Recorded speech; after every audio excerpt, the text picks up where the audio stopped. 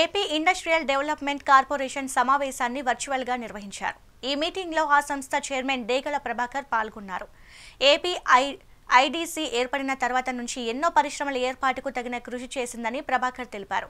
గత వైసీపీ ప్రభుత్వం AP IDC కార్పొరేషన్ను పూర్తిగా నిర్వీర్యం చేసిందని మండిపడ్డారు. నిర్వీర్యం అయిన కార్పొరేషన్ను మళ్లీ గాడిలో పెట్టేందుకు ప్రతి ఒక్కరూ తగిన కృషి చేయాలని బోర్డు డైరెక్టర్లకు చైర్మన్ ప్రభాకర్ సూచించారు. ఎండి గారు మీకు తెలియపరిచారు. దీన్ని మనం బోర్డ్ ఆఫ్ డైరెక్టర్గా మీరు వచ్చారు, చైర్మన్గా నేనున్నాను.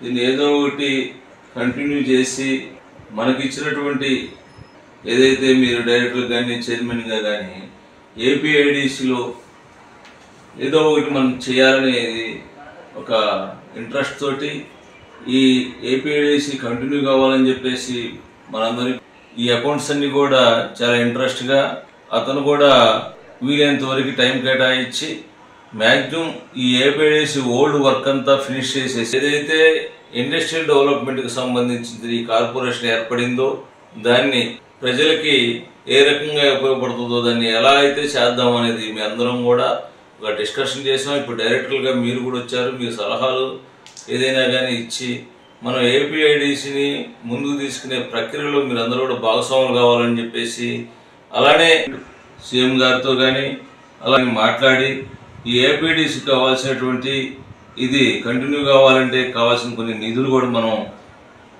అడగాలని అలానే మనందరం కూడా ఆల్రెడీ ఎండి గారు ఇండస్ట్రియల్ మినిస్టర్ గారికి